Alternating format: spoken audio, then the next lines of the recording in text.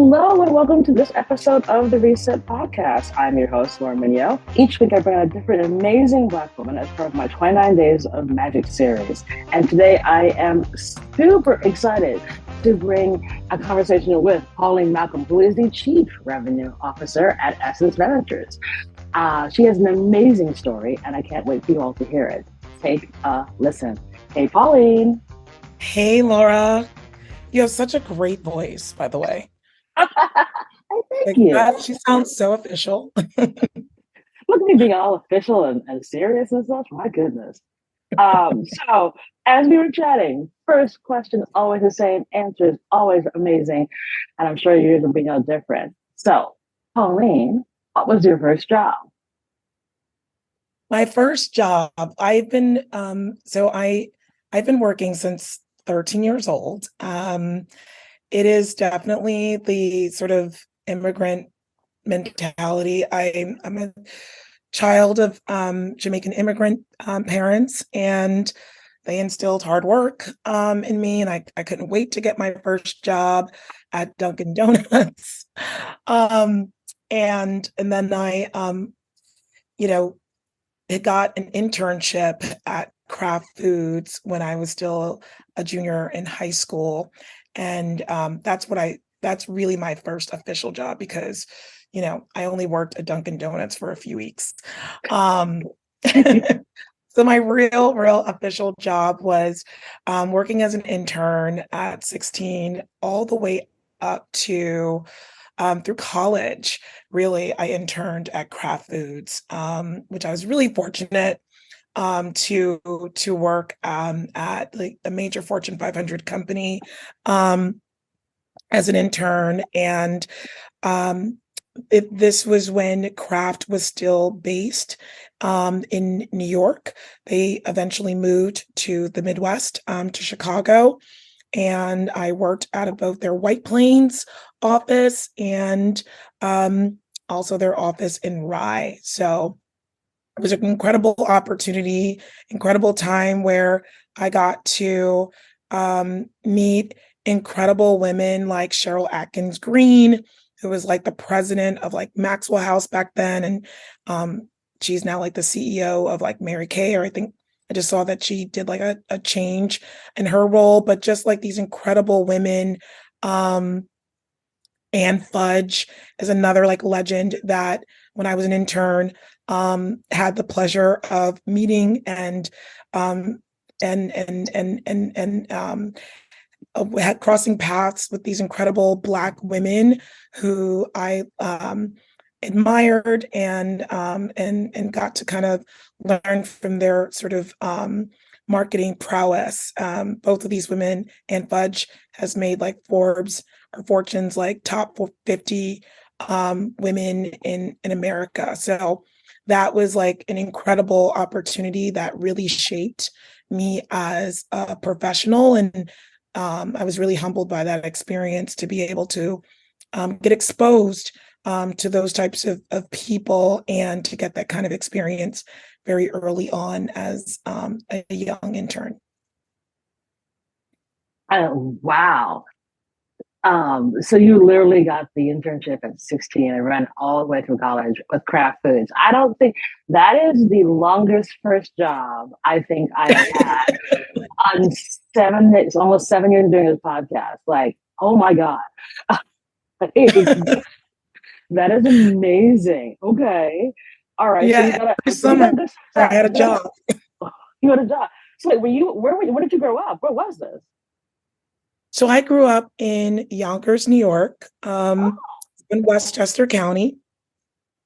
And my parents, we were avid, churchgoers, and there was a woman in my church who worked at Kraft, and they told me about the internship, and sort of the rest was history from there.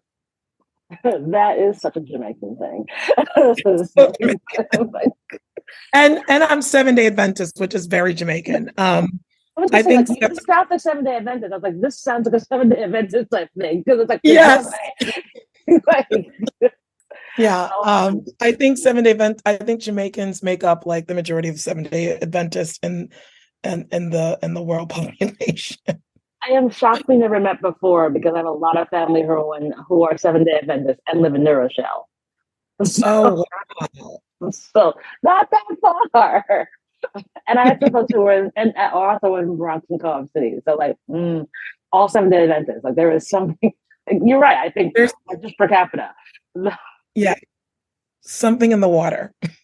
Oh my goodness. Okay. So you have this amazing first job experience, and now you've grown up to be like grand poopa boss lady. What has that career journey been like? Oh wow. It's been an incredible career journey. So I got a job offer from Kraft, which I ended up turning down because at the time there was and I'm dating myself now, Laura, but I think we're both in similar age group.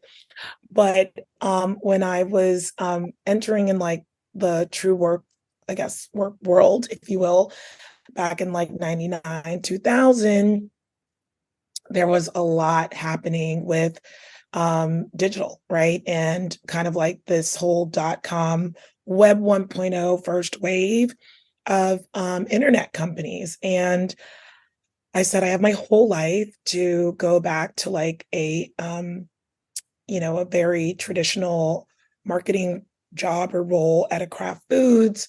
I've learned a lot, but I think there's something really interesting happening in media and you know, what a very, disruptive, but in a good way, sort of disruptive time with these internet companies sort of disrupting the book industry, be it Amazon and many industries being disrupted in that first wave of the internet wave that I thought was really interesting. And um, got a job at a startup called shopping.com. And that was like my first job out of college. And they were a .com. I was employee number like 35 out of eventually 500 people. And like building something from the ground up was incredibly exciting to me. And I didn't know I wanted to do sales. I had done this internship in like marketing and but sales is a function of marketing and got a job as a sales coordinator and really was attracted to like sort of the deal making of sales and kind of, again, building the business and building this like the revenue for the company and being an active part and member of that was just really interesting to me. So I grew in that role and there was our chief revenue officer was this Cuban American man, and he was like a master of Wall Street who then like was at this company, this Israeli startup company, and shopping.com. And, the way that he would sort of, I felt like almost weekly kind of build or reimagine like what our business model was. I was like, this is really interesting. And we're like building this business from the ground up, which eventually got bought by eBay for like $700 million, went public and all of like wasn't first sort of like internet success story, but I think kind of like the path and moving in or growing into a chief revenue officer was sparked from that role and kind of seeing how um, the CRO at that time was like building different revenue streams and building this business, which I was an active member of the sales team, being a part of that. But I was really sort of attracted to like the strategy and the development of like growing and building new streams of revenue for the company. So I think that was a lengthy response, but that's sort of like what sparked my path and kind of like what inspired me to grow in this direction where I am today. Oh, amazing. So literally like you lucked out. So it's like Pauline has the best luck in the world. You got the internship at Kraft, and then you end up working for a .com startup during the .com boom as employee number 35, and learning, wait, okay, this whole chief revenue officer thing, fascinating. I'll learn more. And for one of the actual success stories of the .com boom, and had followed all the way through. Well, I mean, it took a lot of navigation, and I think, it took a lot. Like it didn't. I mean, I this was 22 years ago, and to get to where I am, um, really, there was a lot of different moves, different jobs in the process. Like I was there at shopping.com for 5 years until eBay acquired us, and had the opportunity to move to the West Coast, which where I am now, 22 years later. But at that time, I wasn't ready to move to the West Coast. I was still kind of, you know, loving my life in New York, and Mhm. um, and moved to other, publishing companies like and after sort of like shopping.com, I went to a company called about.com and was a sales director there. And then moved to MySpace, which is a Ah, throwback to the mid throwback. big throwback. But it was sort of what kind of guided me throughout all of these different experiences was that quest to build something up, to build something new, to kind of drive be on the forefront of where media and consumer behavior is going. And that's what led me to MySpace. And and that was when MySpace was kind of the king of the hill before Facebook kind of ate them for lunch. Um, and and I was a part of their sales team and was their number one salesperson. And but I really again wanted to grow into a chief revenue officer, and sort of that management opportunity. Um, I was, looking to grow into that. And MySpace afforded me some of that, but really where I started to lead teams and start building in the strategy was at Condé Nast. And I went to Condé Nast in 2008 and was their like first Black national ad director. Um, Wow. at wired.com and ran their national sales. And that was where I really began to sort of like cut my teeth at leading teams.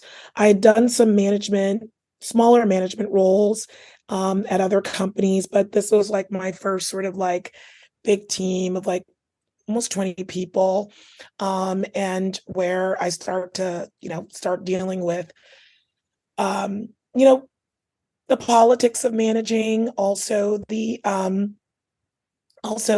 I was made in kind of like the spirit of Black History Month, I was managing an all-white team. Um, Oh, and yes.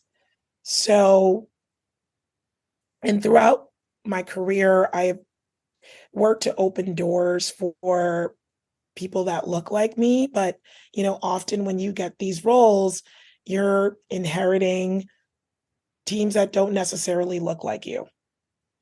So, those start that began to bring up like, interesting sort of nuances, right? In terms of like, this is the first time for many people that I was working with where they had a person of color in a position of leadership. And so with that was like sort of new ways of or challenges, if you will, in terms of navigating those types of situations, and really where I began to build what I call my board of directors, hmm. um, which is like, a combination of uh, family. I'm one of six kids, and my my sisters are my like two of my sisters, particularly that are in business, are my have served as great mentors, and then also like assembling other uh, uh, folks throughout my career that have been great sort of mentors to me, and to help me sort of navigate those situations. So I know I've said a lot and I've gone in different directions, but um, No, it's good. It's actually really important because I think it's actually really important for folks to hear about this. One, that you set the intention of like, oh wow, like this CRO role I want to have some way, somehow, some way. Two, I'm gonna take the jobs that will put me on that path to get there. Three, sometimes when you take those jobs, you end up being the one who's in charge, but that is not who the rest of your team is. And how do you navigate that? And then how do you build a support around you so that you don't pull your hair out because you're like, what is wrong with these people? yeah. So it's really important that folks understand that, because I think it's like as we grow into business, this oftentimes is a thing whereby like, yeah, you are not some folks are not cool, or have to learn what it means when they have a boss who doesn't look like them. And for some Mhm. folks, they open those doors and like, oh, cool, you're my boss. Clearly, you should be here. I'm happy to learn from you. Unfortunately, a lot of times it's like, you're my boss. You shouldn't be here. You're an affirmative action hire. And I don't really want to listen to you. Yeah, and I got both of that. It's like my sort of leadership style is like lead by example. I'm a collaborative leader, and there were there are teams that really are receptive to that, and you know, and then there are teams that or some folks that are the latter, where it's like, well, you don't look like me, and there's resistance. But I would say for the most part, I've been really successful in sort of navigating that. And how I've been able to navigate that again is really sort of building those board of directors, both internally and externally, that have kept me sort of, thriving, which, leads me to my current role at Essence, which has really become a dream realized. With these sort of companies that I've worked for, I've led, large teams, but this is the first time where I've now become chief revenue officer, and I'm humbled by the experience to open doors for a lot of Black women and men in on my team, across the teams that I lead, and really developing an organization that um,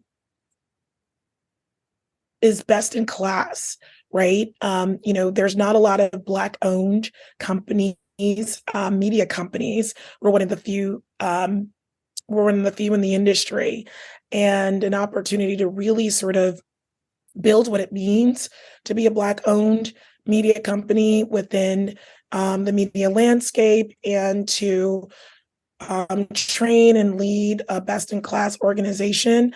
Um, it's an experience that I'm humbled by, and that I think I'm just getting started, in terms of just getting started in terms of the things that we're doing within the industry. And I really want to, again, do something that's never been done before, at Essence. I'm going to make a bold claim.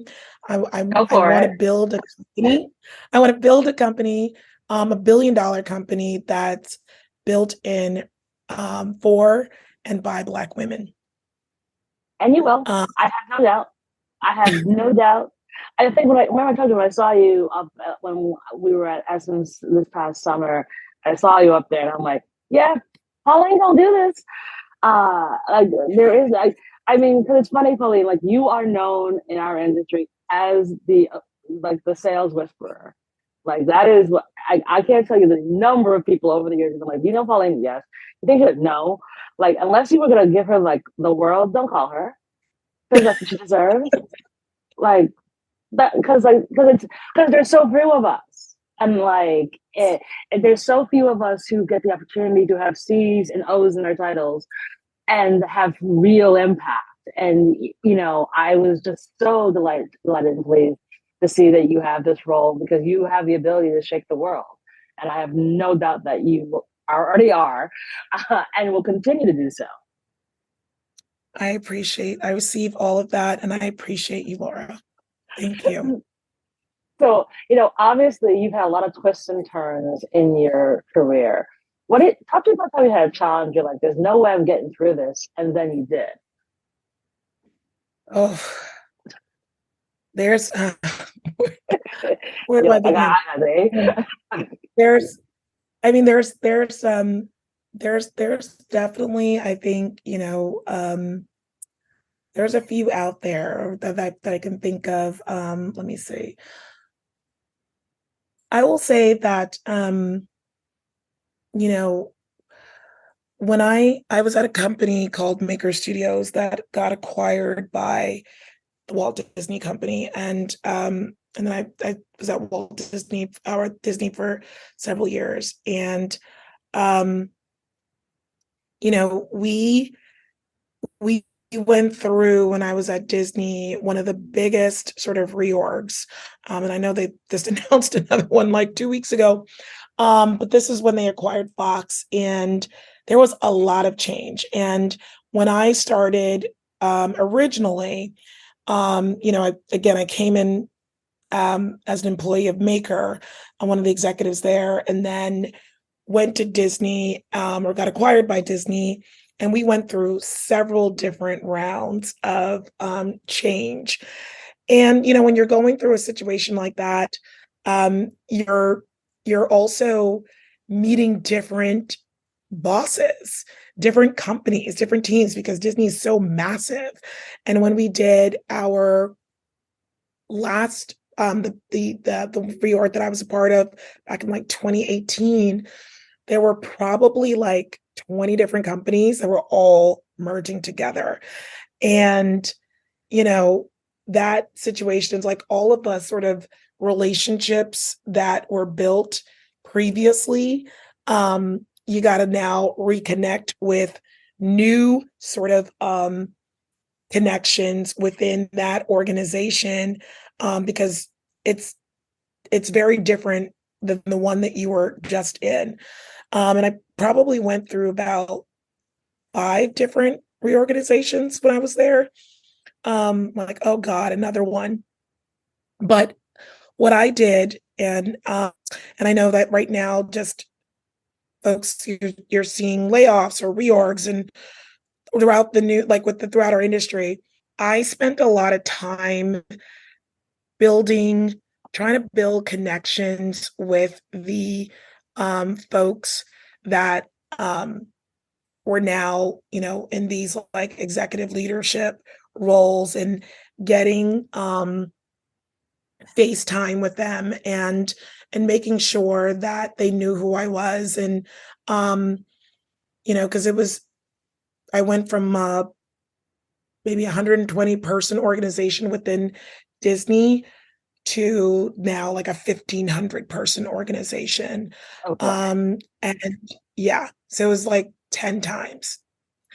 So I really, in terms of just connection and navigation, ensuring that those key folks, that I got FaceTime with them, and not and don't be afraid to do that, to folks that are listening, to really, again, build your own brand and to toot your own horn. I'm a big believer in that. And that's very much a part of, we as women, we don't necessarily like to toot our own horns. But it was so necessary in that situation. And in every, like, honestly, like, I think in general, building your own brand and being able to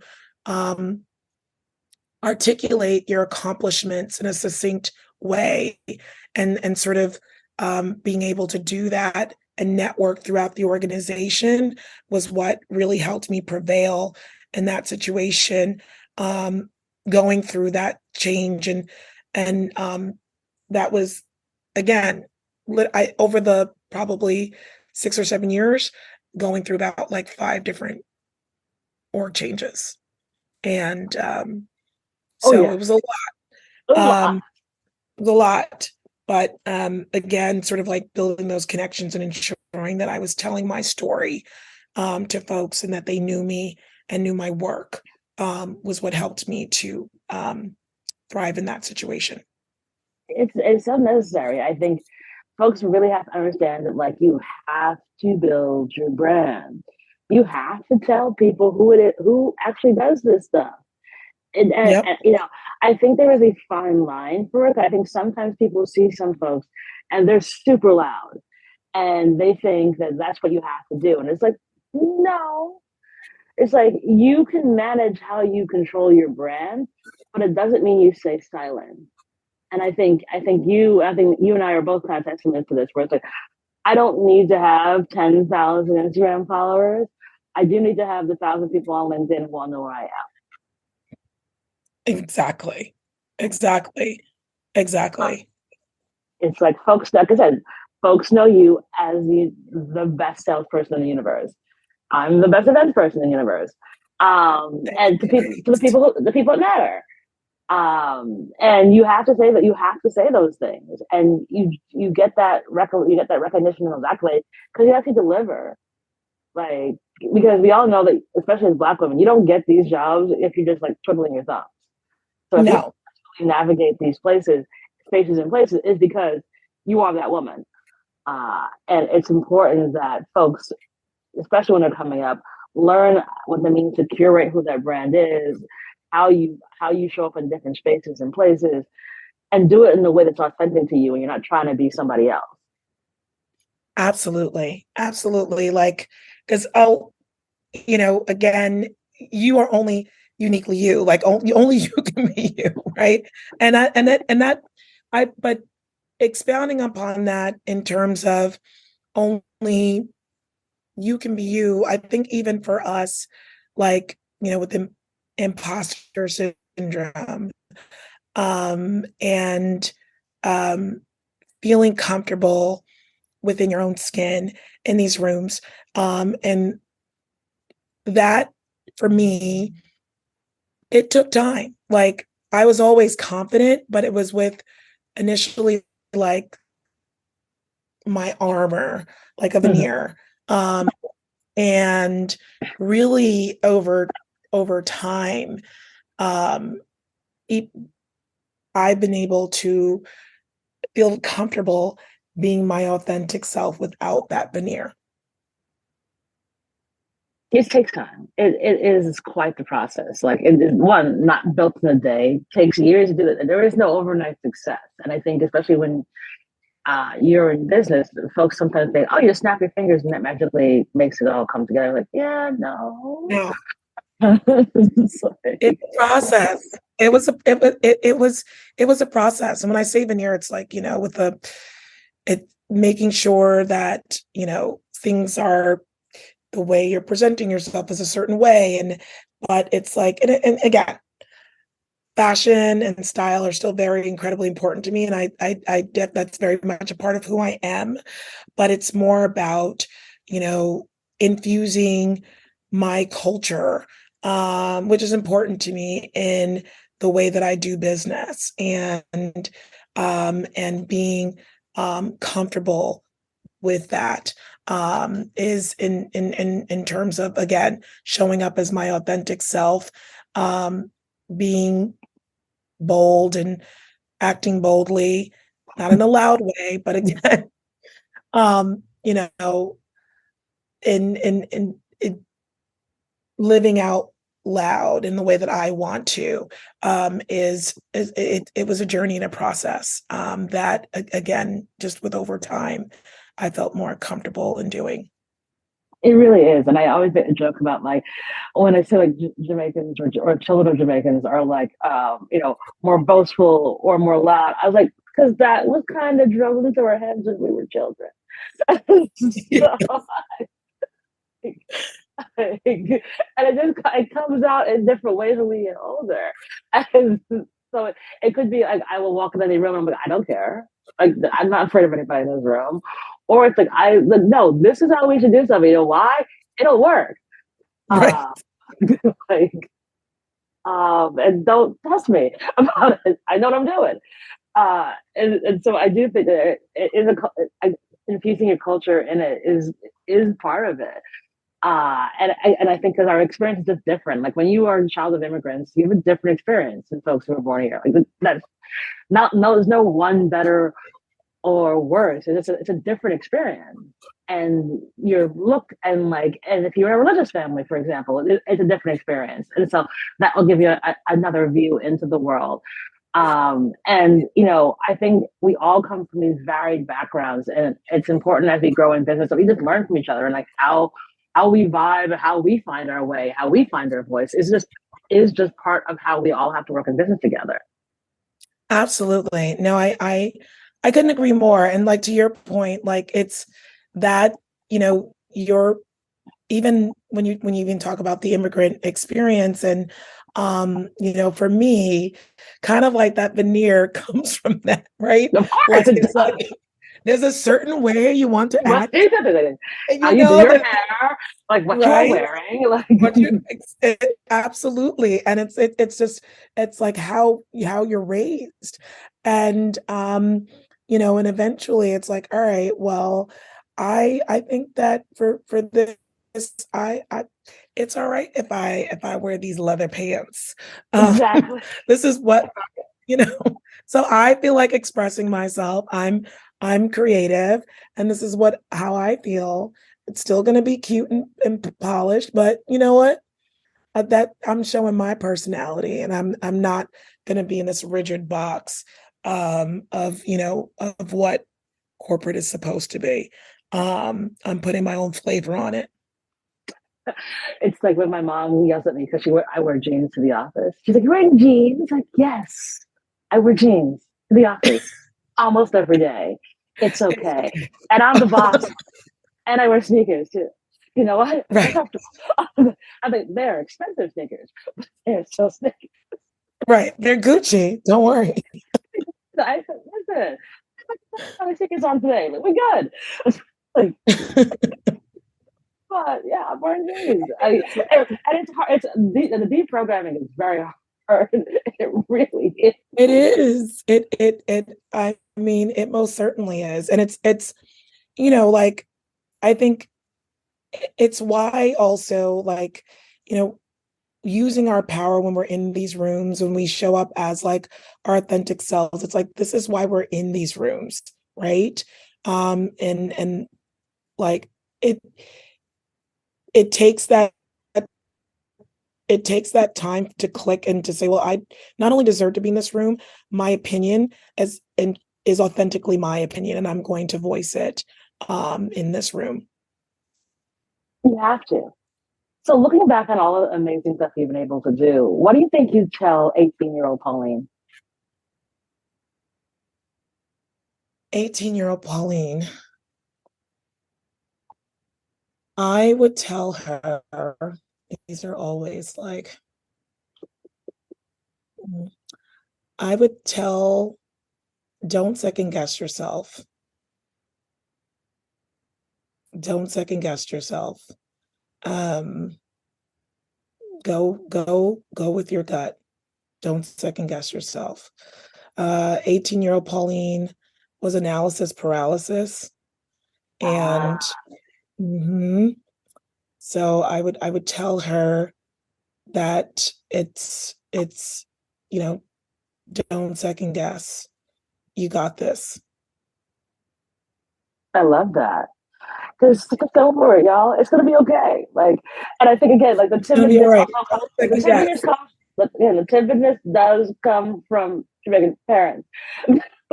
Yes, Like they it do, does. they come. They're wonderful, but it's funny. Like I don't know if you've ever seen Julie Mango on Instagram. Of Yeah. course. So literally, I send her videos to my mother every day because I'm just like, see, and she finds it hilarious. I'm like, you do realize that this was you as well. Like you're laughing, but this is also you. Right. It's like, because it's like, it's wild that like that's every Jamaican kid's experience. It's very every Jamaican parent, and it's like, and they like my parents, like they love us, and but my father would always say, "You sure you can do this?" I'm like, "Yes, Dad, I got this." Like I know, and it's some of that, again, like it's love, and I also for for my parents, it was like they only knew being a doctor or a lawyer or like an engineer, like media. I was like, well, what's that? And now they're like, they're incredibly proud, but they still kind of like, well, what do you do again? Exactly. Oh, without question. Literally, every time article or something, I said my mom, she's like, "Oh, it's really good. I'm so proud of you. What is it you do again?" I'm like, Yeah. "What?" like, Yes, okay, yes. you're supposed And to be a it's lawyer. You're supposed to be a lawyer, doctor, nurse, engineer. Those are the jobs. And those like are the this, jobs, right? But I was coming home talking about this.com and that, and they were like, wait, what? What is this company? What are they called? And what are they doing? Like it was just completely different. And so yeah, it's funny. But choosing choosing a different sort of path, and then, to my younger self, I would say, yeah, it's gonna be, you got this. it's gonna be okay. So obviously, you're doing a lot of You'll great be work. okay. You'll be okay. So you're doing amazing Yeah. work, and you're what busy. I know you're a busy woman. What in the world do you do for your self care? Oh my goodness.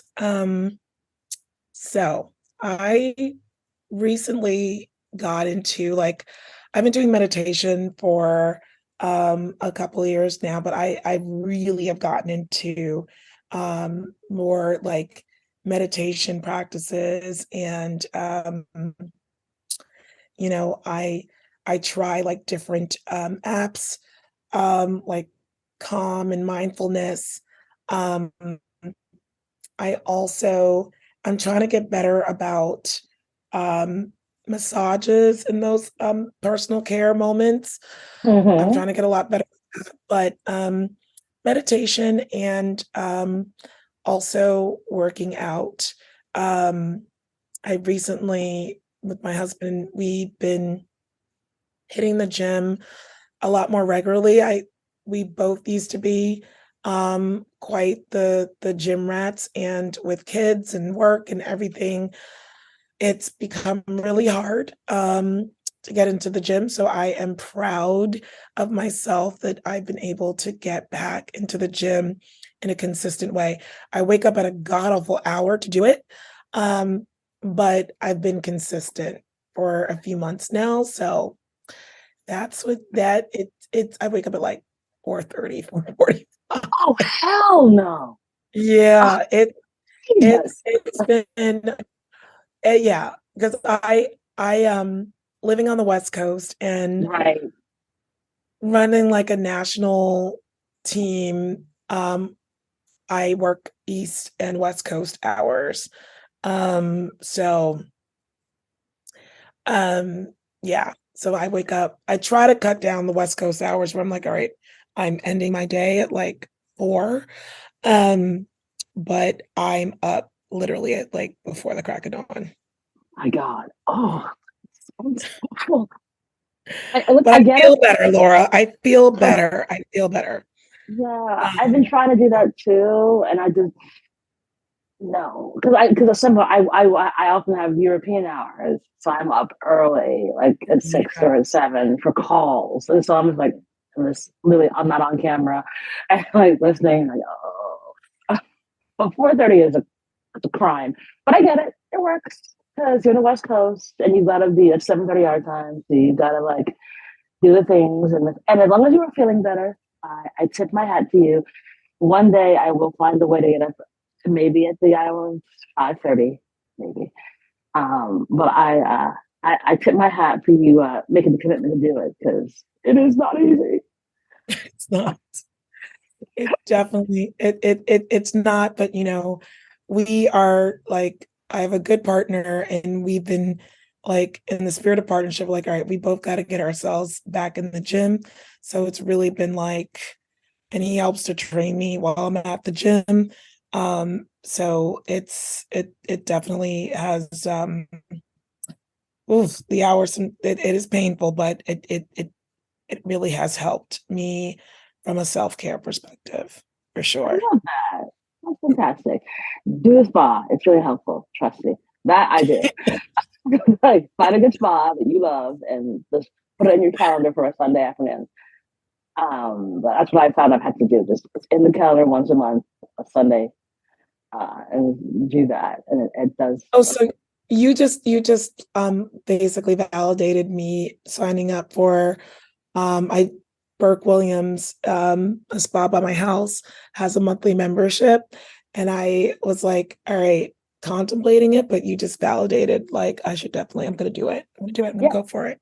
third Sunday of the month. Just spend the morning or spend the afternoon and just do a couple things that is luxurious and it feels special for you. And it's Laura Day, so just have Pauline Day. Uh, Yes. Comes in very handy. And so, last question for you, my friend. Do you have a give and or ask of the audience? Do I have a give or ask? Yes. So that could be anything. So, like, hey, here's a great book I read, or here's some good advice I want to share. Anything you want. Buy tickets to Yeah. Essence, whatever you want. I mean, I in terms of giving, um I'm really excited to read. There's two amazing books of women that I know personally, that I cannot wait to read. So I'm giving. The Urgent Life by Bozoma St. John. Super excited to read that book. Um, and then I Am Deborah Lee. Her memoir is also coming out. And two Black women who have made great strides. You know, Deborah Lee on the media side, being the former CEO of BT, and then you know, Bose's amazing journey. And although she's giving more of a um, uh, personal insight into her life, and some of the challenges that she faced. And so, um, you know, I cannot wait to read those books. And so I'm giving you what's going to be on my reading list over the next month or so. I just got The Urgent Life, and I'm literally going to crack it open tonight. Awesome. Those are great. Yeah, yeah. Same here. I've been meaning to pick up the Urgent Light and Deborah Lee's book as well. So I'll put those details in the show notes for folks to check out those amazing Black women authors that support Black women authors. Black History Month. Go buy their books. Uh, Yes. Two amazing, incredible executives that you should hear their stories. Can't wait for your book one day, Pauline. But thank you so much for doing this. I know that you are super busy and you made so much time for us today to share your story. It was such a delight to have you on the podcast. Thank you so much, Laura, for having me. Hopefully that didn't bore your listeners, and that they were and that they were able to take something away from this interview. So appreciate the time, and this was great. Thank you so much for having me. Awesome. And don't forget to buy your tickets for Essence Festival because it's going to be amazing this It's July 4th weekend.